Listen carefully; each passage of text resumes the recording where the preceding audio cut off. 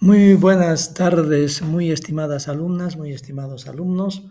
Hoy día tengo el gusto de poder compartir con ustedes la primera de 3 clases que está englobando uno de los pilares de lo que es la materia, que es la relación médico-paciente, una relación trascendente, una relación importante, una relación pues que implica una de las actividades más importantes de la actividad médica. De esta manera, entonces, vamos a dar paso a la primera parte de la relación médico-paciente en esta primera parte. Entonces, podemos iniciar esta clase con esta reflexión y con estas palabras que se presentan, una afirmación muy interesante.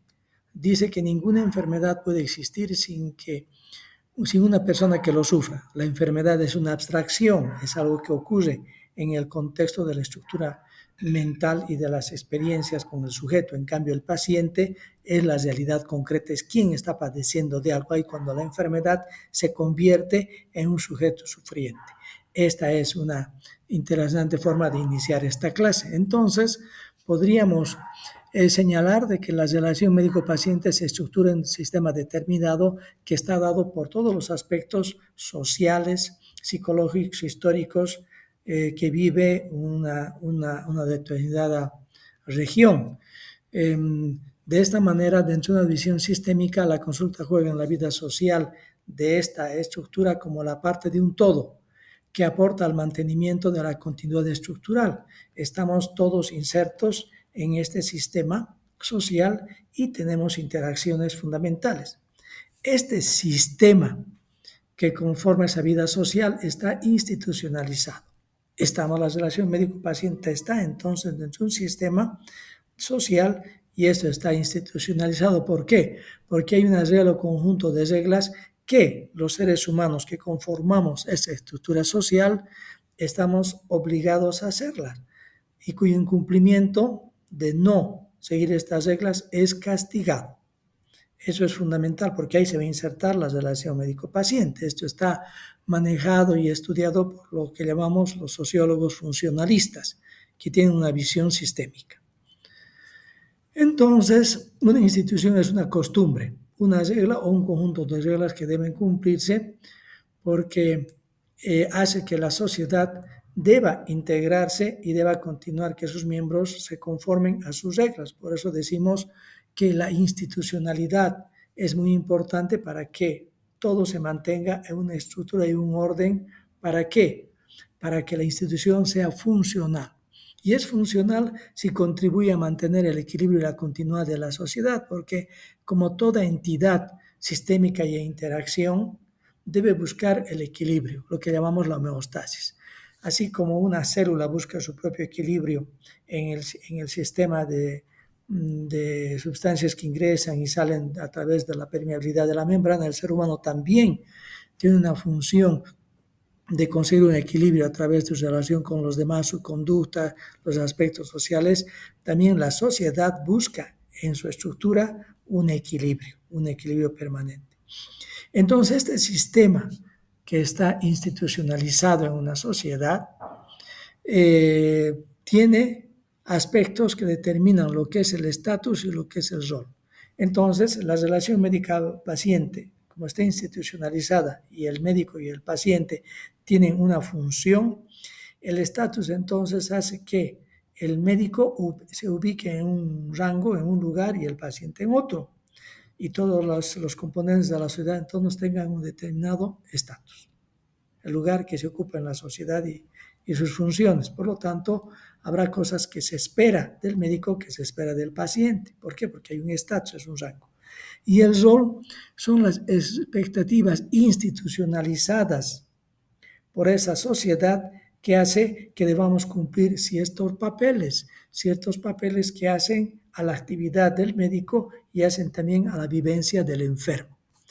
De esta manera podríamos decir que hay unas expectativas institucionalizadas del rol del enfermo.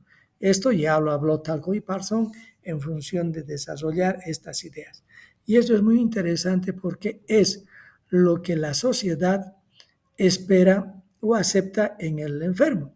Por ejemplo, la sociedad tiene como una expectativa institucional o institucionalizada, para mejor decir, que el paciente pueda quedar libre de sus exigencias sociales. Aceptamos que no pueda cumplir con su labor eh, de trabajo, con sus estudios, en fin. Entonces, la sociedad tiene esta expectativa y acepta que no haya esta exigencia.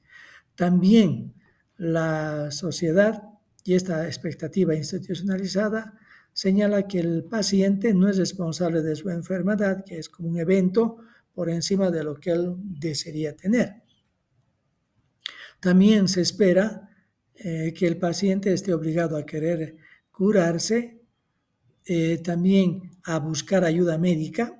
Eso es lo que esperamos. Sería contraproducente que un paciente no quiera ayuda médica, que no busque el deseo de curarse o no tenga el deseo de curarse. Esto no sería una expectativa institucionalizada dentro de este contexto de pensamiento que nos hemos aproximado a la complicada relación médico-paciente. Y también la sociedad tiene la expectativa de que el paciente está obligado a cooperar con su médico. Por lo tanto, los médicos también esperamos que el paciente pueda ayudarnos cooperando, haciendo caso de las indicaciones higienodietéticas, de los tratamientos, de la farmacoterapia y todo eso, de las intervenciones quirúrgicas. Entonces, esto es lo que es se llama expectativa institucionalizada del rol del enfermo que la sociedad y obviamente los médicos tenemos de nuestros pacientes. Pero está el otro lado de la moneda, las expectativas institucionalizadas de la sociedad respecto al médico. Entonces, ¿qué espera la sociedad de nuestra actividad en el contexto de la relación médico-paciente? Primero, como un aspecto muy importante, liberar al enfermo de sus obligaciones sociales. ¿Por qué? Porque se acepta que no está en condiciones de enfrentar su cotidianidad. También el médico y la sociedad acepta que el enfermo no es culpable ni es responsable de su enfermedad. También, muy importante, el médico debe acoger el deseo de querer curarse del paciente porque el paciente está teniendo esta actitud. También esperan de nosotros una cosa muy importante que debemos tener en cuenta, que es colaborar técnicamente, tener la capacidad resolutiva frente a un problema, y obviamente se espera que haya un rechazo de ventajas antisociales que los pacientes pueden tener. Por ejemplo, querer fingir una enfermedad para tener más días de descanso, obtener algún tipo de certificado médico inadecuado. Entonces, el médico rechaza el intento de ventajas antisociales, pero esto también es una expectativa social. Dentro de este marco, entonces, nos manejamos en la relación médico-paciente de una forma muy general y muy periférica. Después iremos entrando a los aspectos más directos de la relación médico-paciente, pero estos son factores generales que abordan la relación médico-paciente y le dan una visión institucionalizada. La relación médico-paciente ha ido cambiando a lo largo del tiempo, evidentemente. Vamos a revisar los aspectos históricos que son necesarios para comprender el proceso que ha ido avanzando en función de la relación médico-paciente a través de la historia, incluso de los tiempos prehistóricos, y diremos así, desde el pensamiento griego y las sociedades en Grecia. La relación médico-paciente últimamente, podríamos decir, en la última parte del siglo pasado y ha habido un cambio en esta relación de manera muy dramática y ha sido la medicina artesanal frente a la burocrática, que tiene varios aspectos a considerar. En la medicina artesanal, que era la medicina del siglo pasado, de principios del siglo pasado, se llamaba medicina artesanal porque el propietario de los medios de producción de salud era el médico. El médico abarcaba todos los pasos y controlaba todo el proceso del tratamiento del paciente. Incluso daba las recetas magistrales, qué hacer, cómo hacer, y le indicaba al boticario en ese entonces cómo preparar los preparados terapéuticos. No había dominación entre categorías profesionales porque la medicina todavía no estaba tan tecnificada y las especialidades, las áreas, estas empezaban a surgir todavía. La práctica profesional se integraba totalmente en el médico y todo el proceso era a cargo del médico que llamaríamos como un médico de cabecera. Por lo tanto, el médico era amigo de la familia, era consejero de la familia, no era raro que llegara con su clásico maletín negro a la casa, podía conversar con el abuelo, lo checaba al abuelo, veía qué patología podía tener, hablaba con la familia, les aconsejaba si tenía alguna dificultad y también atendía a los niños. Entonces era todo un proceso muy cercano y era una figura de apoyo a todo el sistema familiar y social. Pero esto obviamente con la complejidad de la medicina ha ido avanzando a una medicina más burocrática, donde la tecnología ingresa a través de los grandes sistemas diagnósticos, aparatos y rutinas de exámenes complementarios, y la farmacia ya se convierte en un aspecto institucional y es otra estructura que está separada de la propia actividad del médico en el contexto de la medicina artesanal. Entonces empiezan a surgir las interconsultas, las transferencias. ¿Por qué? Porque ya hay una estructura jerarquizada dentro de la salud. Está el especialista, que diremos así ocupa el lugar más alto, el médico general, la enfermera, el auxiliar, en fin, va desglosándose de esta manera, porque así se estructura el sistema de salud burocrático. No porque una función sea más importante que otra, sino porque cada uno tiene su área de trabajo, sino porque ya es una institución.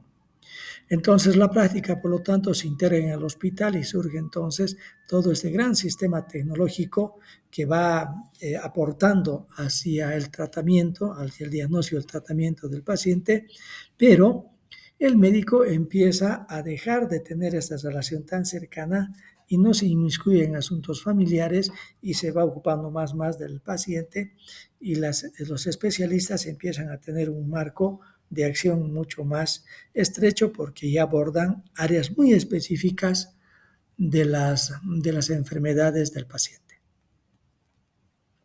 Entonces, los avances en la medicina, como una forma introductoria, podríamos decir que han introducido cambios profundos que afectan la esencia de la relación entre el médico y el paciente y la propia institución. Entonces, estos aspectos hablan que hay un desarrollo de una tecnología cada vez más especializada. Este es un aspecto que el médico debe saber manejar y que debe saber aprovechar en función del tratamiento y no de la distancia con el paciente. También ocurre que hay una exigencia de la población. ¿Por qué? Porque hay una necesidad de proporcionar una atención a una población cada vez mayor. Y en salud tenemos el problema de que siempre los presupuestos son bajos y las demandas cada vez son crecientes. Muchos de los médicos tenemos que paliar esto a través de una sobreexigencia, un hacer algo más, colaborar con los pacientes.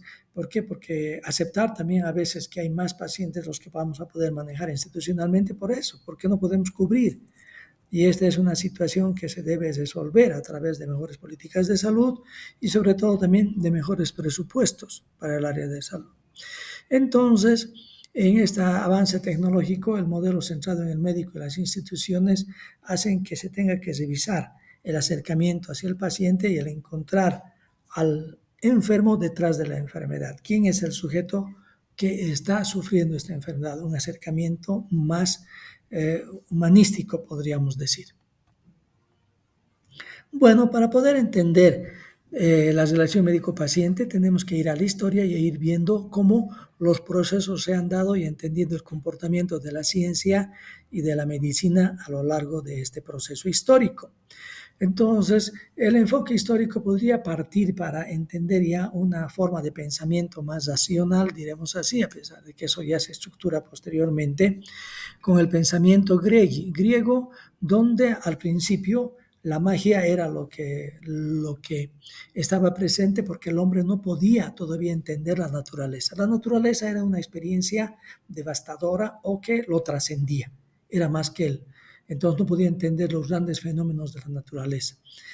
Entonces la naturaleza que no era trabajada, que no era comprendida, que no era abordada, era algo desconocido. Entonces el pensamiento mágico, sin ningún tipo de sustento científico ni empírico, era lo que estaba presente en ese tipo de pensamiento. Los griegos ya empiezan a analizar la magia y van pasando hacia el empirismo. Entonces el empirismo ya empieza a ser una base de lo que va a ser el desarrollo luego de la ciencia, ¿no? Con su método, con su teoría y con su práctica. Entonces los griegos ya al hablar del empirismo empiezan a destacarse pensadores muy importantes como Alcmeo e Hipócrates, quienes empiezan a deducir qué podría ser la enfermedad y qué podría ser el hombre enfermo. Este pensamiento ya es un gran paso para ir abordando las causas de los problemas que quejaban al ser humano, todavía no comprendido en ese sentido. También se empezaron a preguntar los griegos qué es el remedio y por qué cura.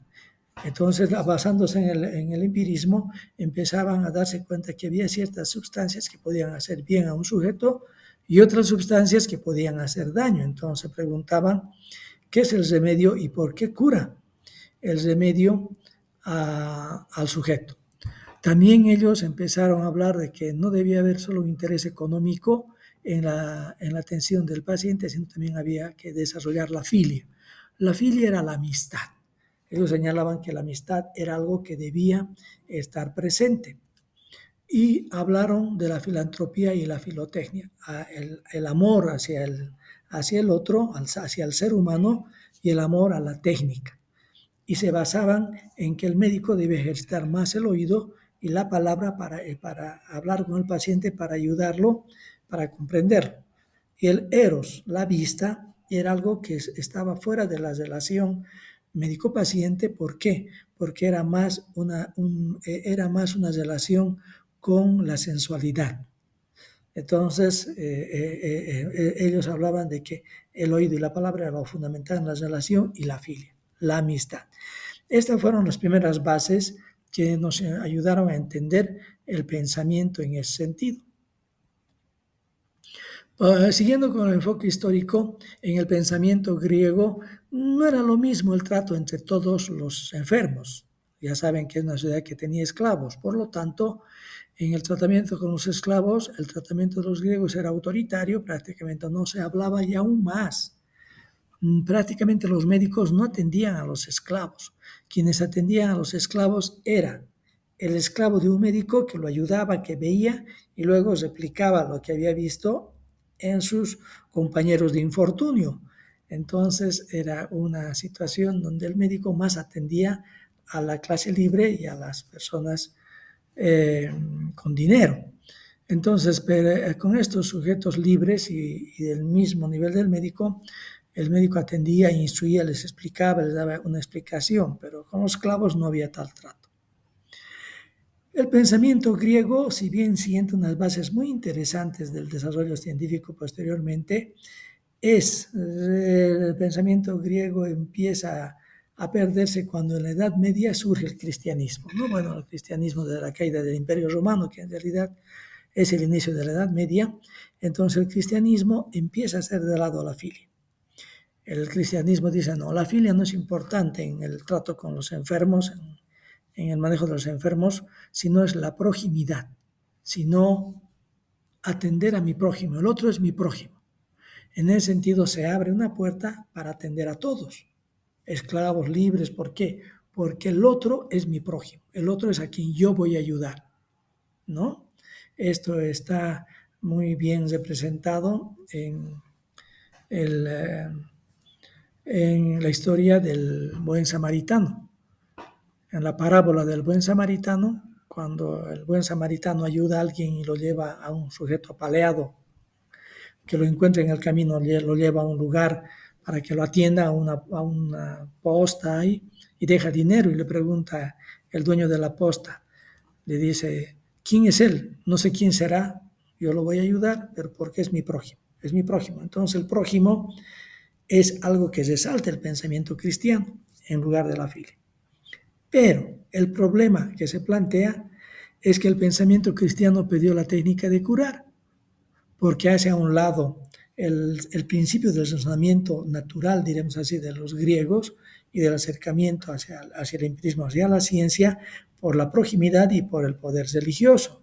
Entonces, los grandes centros de tratamiento no eran más que lugares donde iban los pacientes a rezar, a recibir la confirmación o si estaban muy graves los santos suelos para morir en paz, pero era más un pensamiento religioso. Este fue un problema hasta que los árabes rescataron el pensamiento griego y en base del acercamiento empírico empezaron a hacerse preguntas que fueron haciendo que se avance en el pensamiento árabe y la cultura árabe rescata mucho de los griegos y eso significa un gran avance cultural y científico del mundo árabe en esa época. Tanto es así que se convierte en una potencia que invade parte de Europa. Entonces, la medicina cristiana medieval estuvo a cargo de los sacerdotes, porque a través de la caridad y de la proximidad era la que se brindaba la atención, pero una atención era a través del pensamiento religioso y de esperar que a través de los rezos y toda la actitud cristiana los pacientes fueran curándose. Los que no se curaban, bueno, era designo de Dios, los que tenían que morir a causa de una enfermedad. En Monte Cassino, en el 529, ya es el primer monasterio que tiene un área donde puede ocuparse de algunos enfermos, y en el siglo X la escuela de Salerno en Italia ya empieza a rescatar el médico natural y empieza a tener un acercamiento un poquito más completo hacia el paciente. En 1231 el emperador Federico II Barbarroja del gran imperio greco-germánico, romano-germánico, estableció la obligatoriedad de que quienes tendrían que atender a pacientes ya puedan tener un título. Ya empieza a perfilarse ahí lo que es la corriente universitaria. Y evidentemente surgen las primeras universidades en Europa a través de Montpellier en París, la Universidad de Oxford en Inglaterra y Salamanca en España. Son las primeras universidades que ya empiezan a estructurarse de esta manera más sistematizadas en su conocimiento. ¿Cómo estaba la relación médico-paciente en la Edad Media, en la época oscura que se dice? Durante la época feudal el médico estaba sometido al señor, la relación era contractual y el médico estaba sometido, diremos, a este tipo de poder. Tanto es así que muchos médicos tenían que poner una garantía en el tratamiento de un paciente, una garantía económica que podía perder si no resolvía el problema del paciente. Entonces era una relación contractual. De hecho, era algo que estaba ya determinado por el simple hecho de que un médico veía al paciente. Ya era un contrato, diremos así. En el Concilio de Viena de 1310 se empiezan a delimitar funciones de las actividades tanto de la iglesia como del médico, pero todavía la iglesia sigue teniendo un poder importante en el tratamiento y surge entonces algo importante, ya empezando la última parte de la Edad Media, la conquista española. Entonces, el descubrimiento de América, que es el fin de la época de la Edad Media, empieza a determinar un cambio, diremos así, en las nuevas colonias que se descubren, que se conquistan, perdón, y de esta manera la medicina española empezó a tener competencias con la medicina indígena. Y los conquistadores descubren que aquí había un sistema de salud que sí podía dar respuesta a muchas de las alteraciones de la población nativa. Incluso algún médico español señalaba que no necesitaban de muchos médicos del continente de Europa porque había un cierto tipo de medicina que trataba de resolver los problemas de los indígenas en ese sentido. Ahora, recién en el siglo XVIII, recién lo que empezó en las universidades más antiguas de Europa se va consolidando en cátedras ya de medicina y de esta manera ya se tiene una mejor estructura, ya un conocimiento científico de lo que va desarrollándose la medicina como tal, y ya hay cátedras establecidas a partir de ese siglo.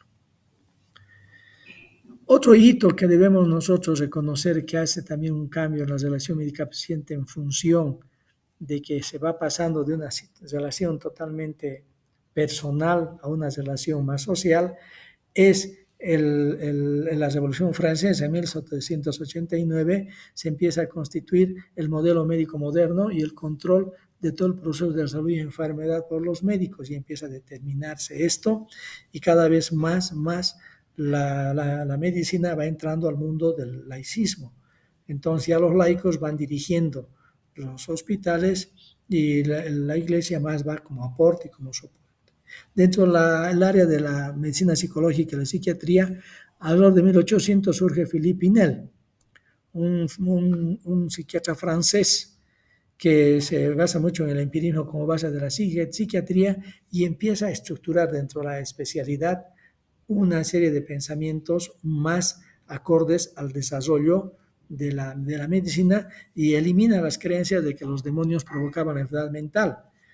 Ustedes saben que la epilepsia, por ejemplo, era una enfermedad sagrada, y que el paciente epiléptico podía tener algunas cosas especiales en su conducta, y esos ataques eran como una intervención divina, pero también podía, por errores de conducta, podía también tener una acepción demoníaca. Entonces, aquí, acercándose a los mentales, Pinel ya empieza a hacer a un lado ese pensamiento todavía que venía de la época feudal, en que no eran demonios los que provocaban esta enfermedad. Otra cosa importante que hace Pinel es que habla de un tratamiento más humanístico, diremos así, y liberar al alienado de las cadenas, porque los pacientes no tenían otra situación de estar pues en situaciones manicomiales. Se humanizó el tratamiento y se inició la terapia. Fue un gran avance, y un avance muy importante, porque todavía no existían los remedios farmacológicos que ahora ayudan muchísimo, muchísimo a lidiar con todas las enfermedades humanas. Ahora sabemos la forma en la cual los fármacos ayudan, los psicofármacos controlan comportamientos y hacen que personas se integren a la sociedad, algo que era impensable en estas épocas de 1800. Entonces, una de las cosas que marca mucho la relación médico-paciente históricamente hablando es que después de la Revolución Francesa se constituye el modelo médico moderno y el control de todo proceso de salud y enfermedad.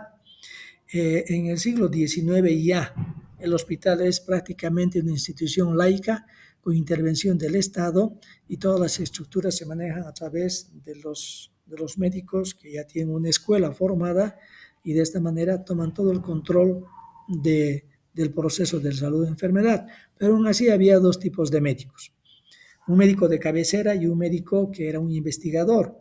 El médico de cabecera estaba atento al proceso de la enfermedad, estaba al lado del paciente, y de ahí viene esta palabra, estar al lado del paciente, viviendo con él su patología, tratándolo. Y el médico investigador era más el que se ocupaba de investigar qué había pasado, por qué fallecía el paciente.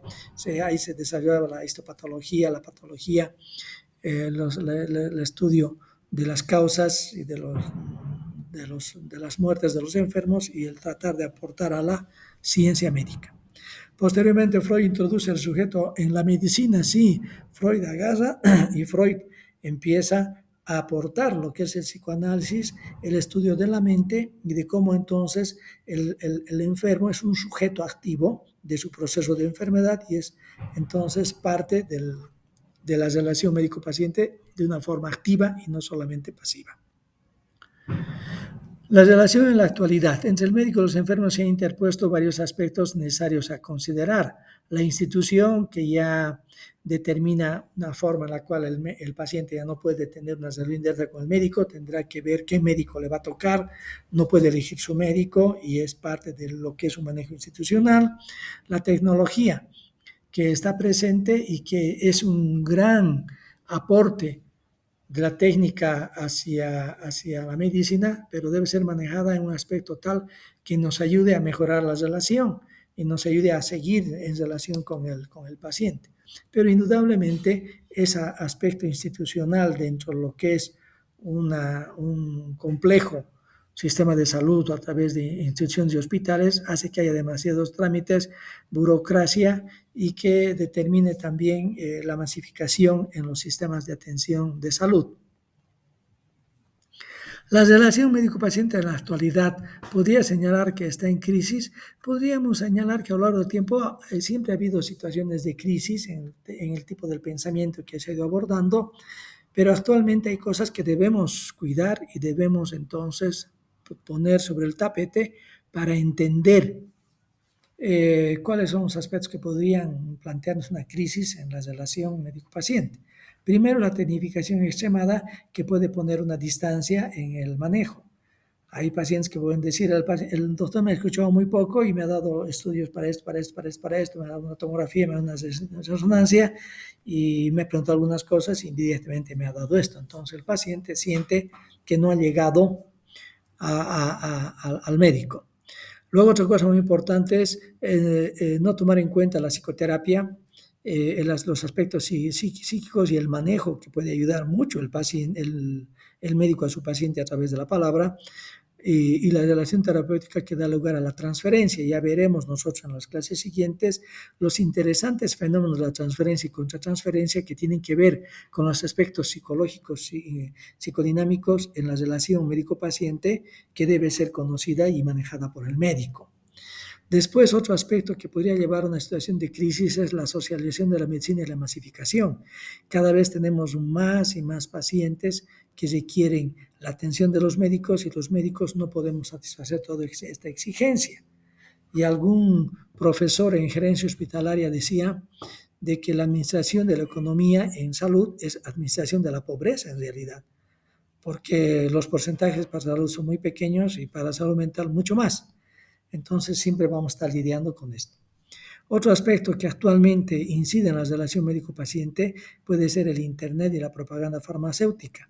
El Internet en el sentido de que la información es tan vasta que hay pacientes que pueden agarrar información por los pelos y esta información querer plantearla como una situación inherente en la relación médico-paciente.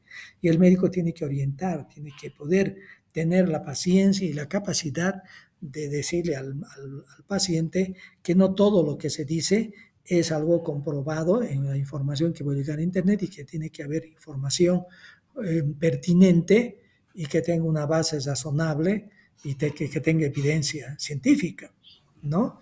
Entonces, este es un problema y muchas veces las grandes compañías farmacéuticas pueden dirigir un poquito la actividad del médico a través de toda la propaganda que pueden hacer, que también puede incidir en el paciente.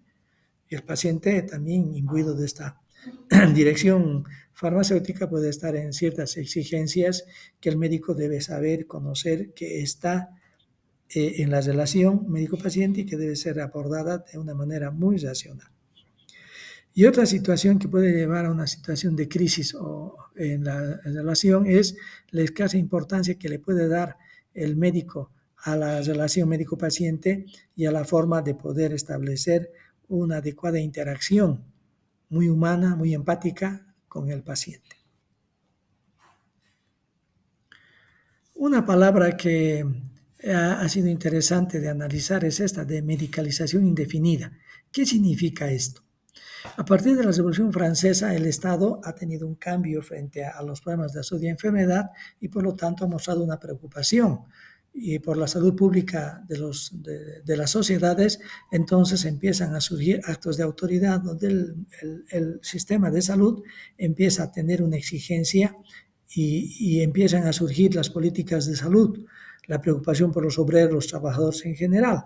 Entonces, este movimiento hace que se empieza a pensar cómo podemos no solo tratar al enfermo, sino cómo tener posibilidades de prevenir ciertas cosas, analizar por qué en ciertos barrios había mucha enfermedad y por qué en ciertas zonas de trabajo o lugares de trabajo había más enfermedades que otras. Entonces empezó a tener una visión más amplia de lo que era solamente la interacción con el enfermo y se empieza a tener entonces la visión más social de la salud y empiezan a haber cambios que van a repercutir luego en un importante aporte de la medicina a la sociedad y es básicamente lo que es la seguridad social.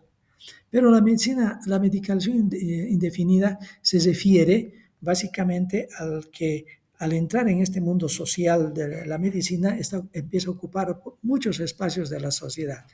y la medicina empieza a entrar en la vida de cada uno de nosotros, estemos enfermos o estemos sanos. Obviamente más como enfermos porque necesitamos tratamiento y como sanos porque tenemos que vivir mejor. Entonces, la medicina ingresa en toda la vida de las personas. ¿A través de qué? Del ritmo de vida, qué es lo más saludable para un sujeto, cuánto ejercicio tiene que hacer, qué importante es la actividad física, hay que luchar contra el sedentarismo, con el trabajo, las mejores condiciones de trabajo, condiciones saludables, no solamente a nivel físico, también mental. La alimentación y la vivienda tienen que ser también vistas a través de la salud, porque mientras las condiciones son más depauperadas, más pobres, los niveles de enfermedad son más frecuentes y hay cierto tipo de patologías que afectan a toda la sociedad en ese sentido. También entramos a los aspectos del comportamiento humano. Hablamos de competencia. Esta persona es competente para poder hacer esto, está mentalmente bien ubicada para hacer esto, la capacidad. Este señor que ha firmado, ha hecho su testamento y ha donado esto a unos hijos, a otros no, estaba capacitado para hacer eso. Sus funciones mentales le permitían la capacidad de testar sin ningún tipo de presión, era dueño de sus decisiones en ese momento, o la imputabilidad o inimputabilidad.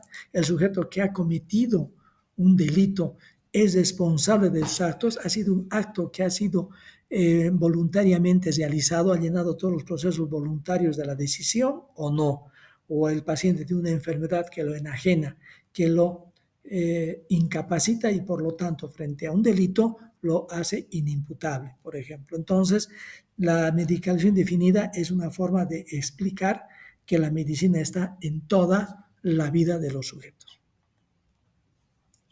Este cambio a partir de la Revolución Francesa, lo que llamamos la socialización de la medicina, ya empieza a determinar entonces cambios y una aproximación hacia la salud en general, porque ya va surgiendo también el derecho a la salud.